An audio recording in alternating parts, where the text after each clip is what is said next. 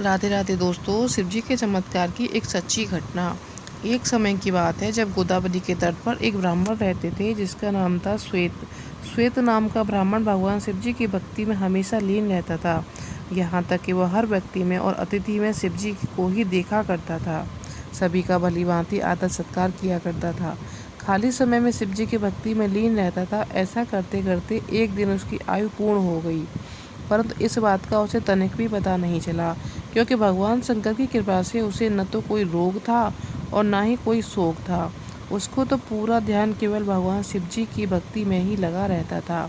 ऐसे में जैसे ही उसकी आयु पूरी हुई तो यमदूत उसके प्राण हरने के लिए आए, परंतु वे श्वेत के घर में प्रवेश नहीं कर सके। ऐसे में जब चित्रगुप्त ने मृत्युदेव से पूछा कि श्वेत अभी तक यहाँ पहुँचा क्यों नहीं और न ही तुम्हारे दूत यहाँ अभी तक आए, ऐसा सुनकर मृत्युदेव को श्वेत पर अत्यंत क्रोध आया और वह उसे लेने के लिए स्वयं गए।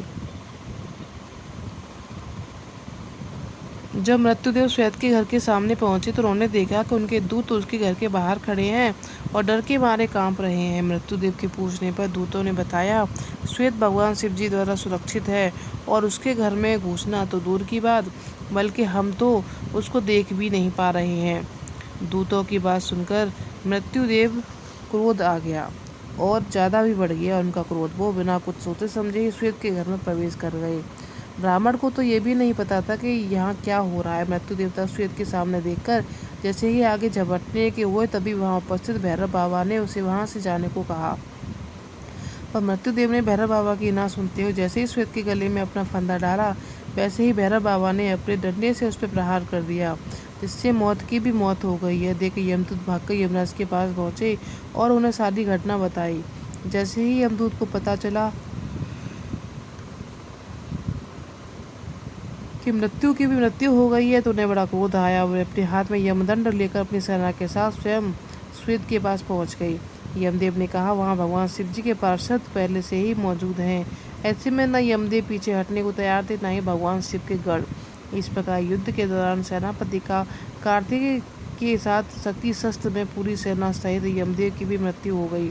यमदेव की मृत्यु का समाचार सुनते सूर्यदेव सारे देवताओं के साथ भगवान ब्रह्मा जी के पास पहुंच गए और उनके बाद ब्रह्मा जी सारे देवताओं को एक साथ घटना स्थल पर पहुंच गए।